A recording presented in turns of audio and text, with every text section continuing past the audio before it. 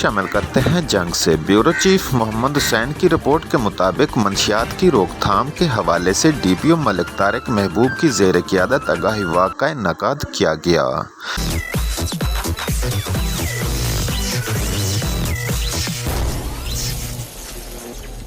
Sting test का झटका।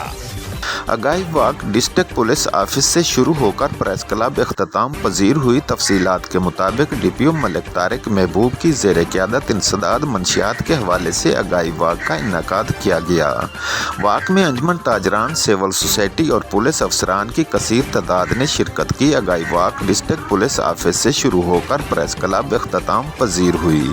Media नुमाइंदगान से बात करते हुए DPO का कहना था कि जराइम की रोकथाम के साथ ज़िला को मंशियात से पाक करना अवलीन तरजीह है। इंसदाद मंशियात के हवाले से जंग पुलिस की मुहिम जारी है और मंशियात फिरोशी के धंधे में मुलविस मुल्ज़मान के खिलाफ ऑपरेशन भी किए जा रहे हैं।